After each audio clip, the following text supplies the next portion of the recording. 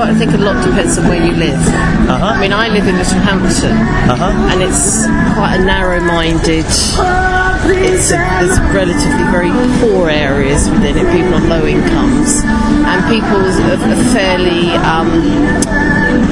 Well, they're not very outgoing. You know what I mean? They're fairly, I would call them fairly quite bigoted and racist. Most of my clients, when they come in and I say, well, my daughter's now vegan, and they say, oh my God, that must be so difficult, it must be so terrible. And I'll say, well, not really. I said, she made a carbonara at the weekend and didn't taste any difference. I said, it was exactly the same. Yeah. And they say, well, how did she make it then? And I tell them, and it's like you're talking another language. We do suffer from things like that in the UK, that you get areas where people just don't buy into stuff.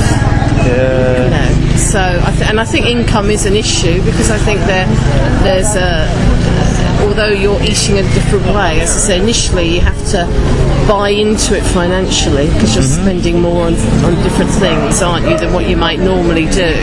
You're eating a different way, and it's not till you've done it for a few months you realise the savings in money, but initially it appears like it's quite different. And I think young people buy into it much more, as I see a lot of elderly and middle-aged people, and as I say, they just think it's a bit freaky. I lent one of my clients a vegan cookbook, because she had some relatives were coming who were vegan, and it was Lucy Watson's vegan, the girl that was from Made in Chelsea, and it was her cookbook, and my daughter had been to her book signing, so she bought a couple of copies, so I lent it to this client, and when she returned it, she put a note with it, and she said, I bought my own coffee. Oh, that's nice. And my daughter was just thrilled, because this lady's in her 70s, and she said the recipes were so good. Have you seen much of the footage here? No. Do you want to watch a bit of it? Actually, may as well. Yeah. So these are all standard practices. So this represents about 98% of the supply in the U.S. Or sorry, in the UK. Yeah.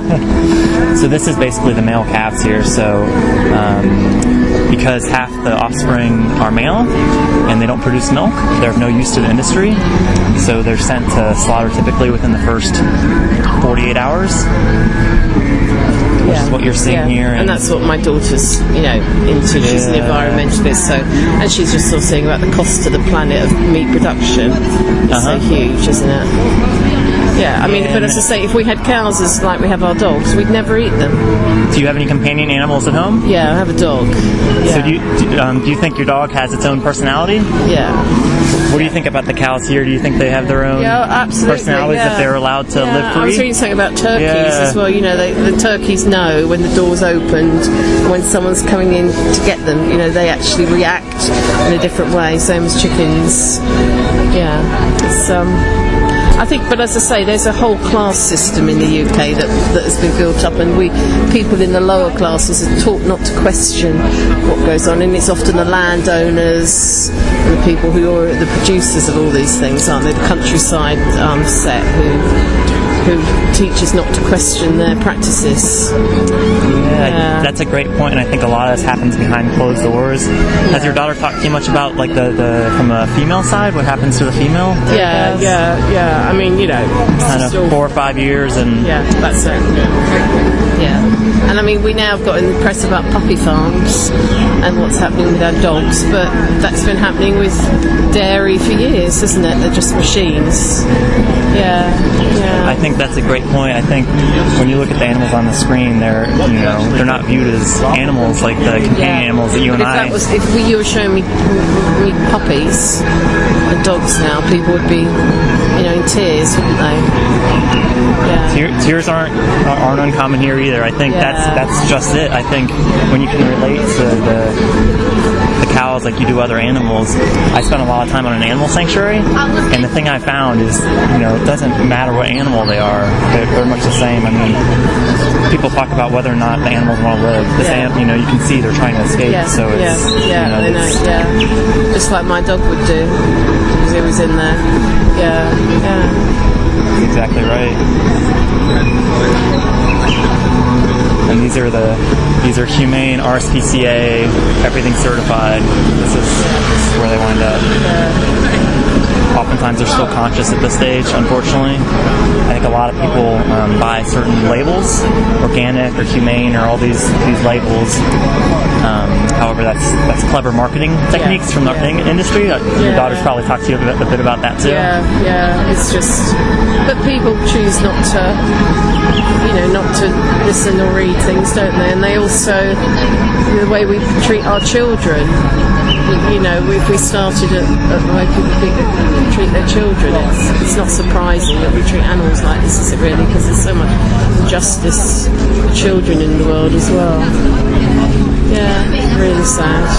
That's a great point. I think there is a cycle of violence in the world, and I think it starts here with animals. When it's taught to be okay to be doing these things, all of a sudden when there's violence against human animals, it's pretty easy to make that jump. Yeah, absolutely. So, absolutely. I know for me, once I looked into the industry, I choose not to support it because what's on the screens here, I don't think anyone would want to support, and there's no need to do it. It's not necessary. No. So that's why we're here today. Yeah. So I think the other point, though, is that I think that my daughter's a student. She has the time and energy to research, to look into things. I'm a single parent and I work 50 hours a week, and you're just living your life. And I think that sometimes to make these decisions, it means you've got to step off that conveyor belt and think about it more. And I think when you're younger, you often have the chance to do that. And I'll tell you my personal experience. I thought I was going to have to get all these cookbooks and really study myself up. For the first 3-4 months, I basically just ate peanut butter and jelly sandwiches. There's no lie, and I lost 25 kg, 4 stone, depending on what you're thinking. And I'm not advocating for a peanut butter and jelly diet by any means, but I think for me, definitely eating vegan opened up a whole new world. However, you can eat some pretty basic foods, and the cool thing I found is I don't use my microwave as much. No. A lot of it's just chuck on the plate and eat it. So I found I actually have more time now in my day. You're spending this time. Yeah. I mean, your first shot might take a bit longer. But You're right. Yeah, I'm sure if you really set your mind to it, then you could do it. But it's great that you're here today. Oh, it's great and that nice. you stopped. I'm glad I've timed it to see you. I should tell my daughter that I've seen you today. There's a program. I don't know if your daughter's mentioned, but it's called Challenge 22, and it's basically put into a Facebook group. With a lot of loads of other vegan curious people, so you can all kind of explore veganism together. And they're supported by a team of mentors and dietitians to help answer any questions you might have around that. Is that something that sounds like it'd be interesting to you to help give support? I'm not on Facebook, but I can mention it to my daughter because she does all that sort of thing. So it's Challenge 22. If you're not on Facebook, the other thing that's going on this month that's really exciting is called Veganuary. Have you heard about that? So last year, I think, don't quote me on this, but I think they had around 50,000-60,000 signups, and they're approaching 150,000 this year. So it's really growing rapidly. Well, I was last week when I was on the tube. There's all posters on the tube as well, on the trains.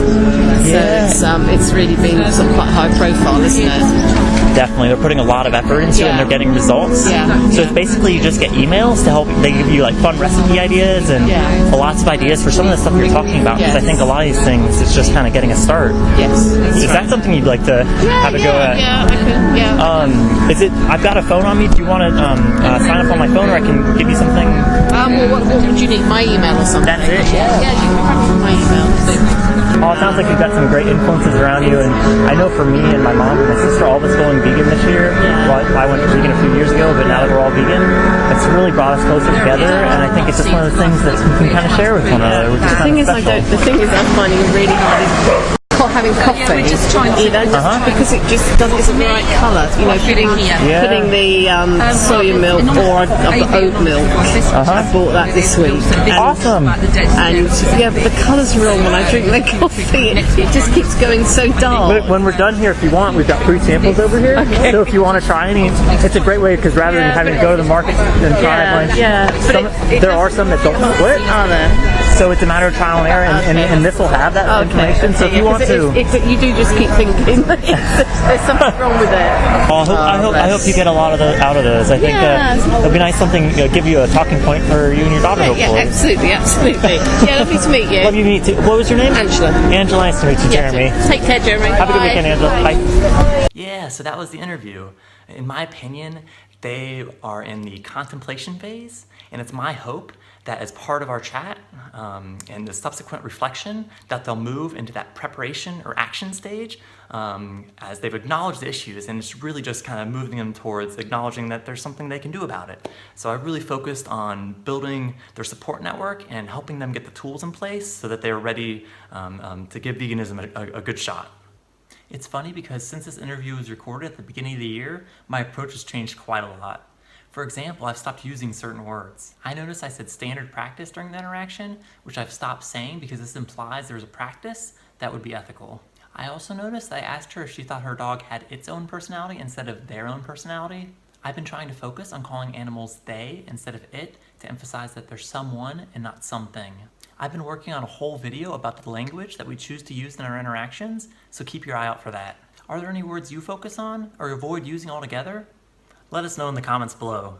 Do you want to miss out on the next video? I didn't think so. Make sure to hit that subscribe button. See you next time.